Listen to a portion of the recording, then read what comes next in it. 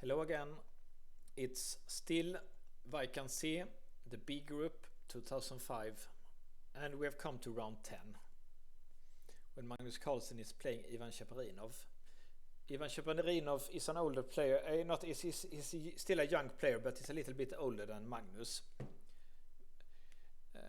And he's mostly famous for he was a very good, or is a very good theoretician, and he was helping because he's Bulgarian, just like Topalov, who is the best Bulgarian player ever, who has been like the top rated player, and he was always Topalov's trainer, second, helping with opening analysis mainly. I think Topalov doesn't play anymore, but Cheparinov is a good player and good at analyzing openings together with Topalov. Here is playing the B group with against Magnus. So let's see this game. Magnus is playing black. And here we can see that already now when Magnus is 14, he's already playing what would become his main weapon as black, the Sveshnikov variation that he will play, for example, in his match against Caruana.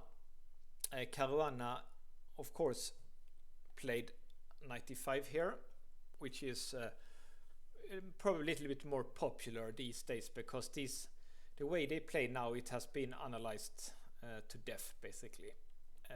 Because it gives forcing lines here. So all of this is standard theory. You can see many players has played that. Apparently Magnus played it against Topalov and Jeffrey Chong and Anand and lots of players here.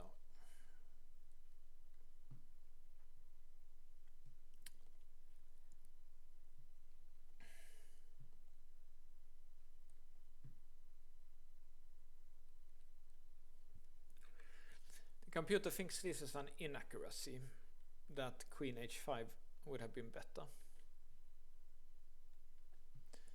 Magnus plays nice move here.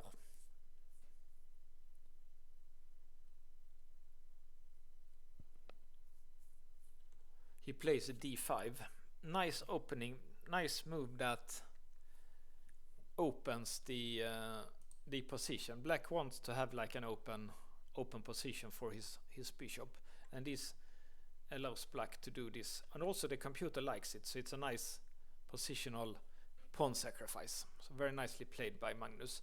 Obviously the idea is if white takes somewhere, then e4 and then take on b2, and the knight and the rook is in problems. It reminds me a little bit, there is like this famous 200 years old game where a player called Labordouin is playing this like this as black, a bit like this, and then he ends with 3 pawns on the second rank. You have probably seen that game, famous game by de Labordouin 200 years ago. So white takes, and now we can see if he moves, this one will win an exchange. But maybe, doesn't look so bad for white maybe, but he did Queen E2, which computer also likes. It's both pin and it defends here. Magnus does this one. Computer liked Queen B4 more to attack here again.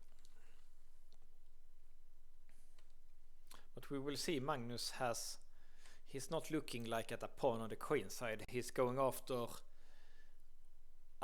a more important piece here, as will become clear now when Magnus plays here. He's going to go after white king here.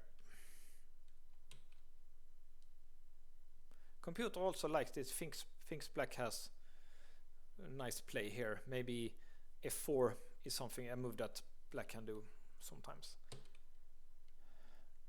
The computer doesn't like this b6. Computer says g3 was necessary, and apparently something like this was more solid for white to try to stabilize the king side a bit.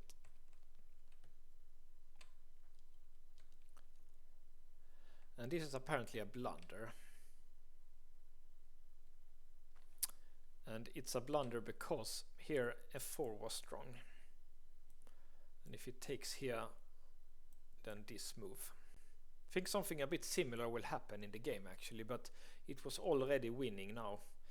This one is threatened, only move is here. And I guess Magnus only thought about this move, which is not so, this is not so clear, but instead this move first, which is not obvious at all.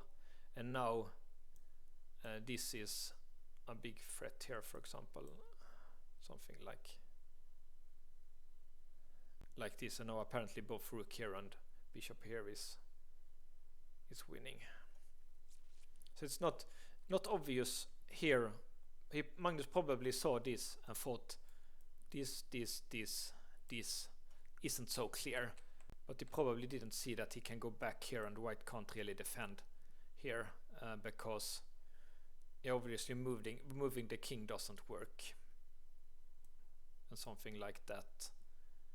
It doesn't work because there's two attackers here. I guess king here, I guess bishop e5, yeah. So just impossible to defend this pawn now. But as we shall see here, white played b6, Magnus moved the king, and white didn't see it now either, that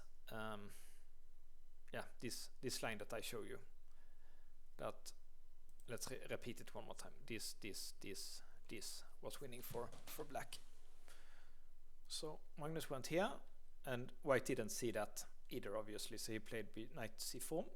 And now Magnus didn't see it again, so he also played here. And again f4 was winning. And now white did this move that, but it was already too late here.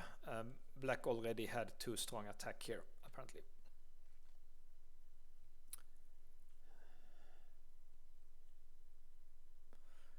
And now there is no way to defend f2, h2 I mean.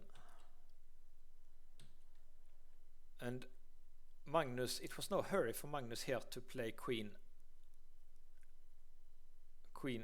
h2. Most players would probably try to take here, give a check, but that would only, like, white could have like just escaped with his king. So it's better to build up the attack even more with a move like this. Now f7 is threatened, so he has to take here. And then he puts in the other rook here.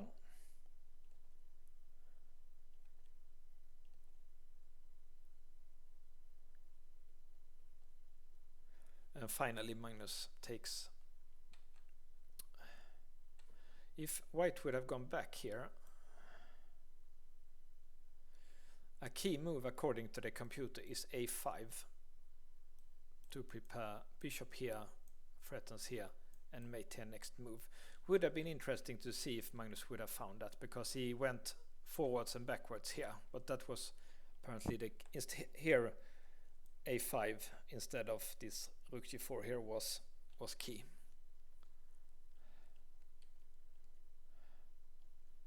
But instead Magnus took like this. Yeah, white should have tried queen back here, then Magnus would have had to find a5 here to win. Now rook e1 was bad because Magnus could win like this also.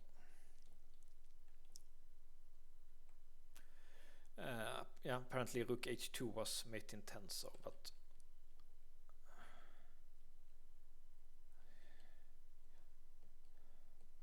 this also is also winning. Now black wins the queen here, so it's a nice attacking game.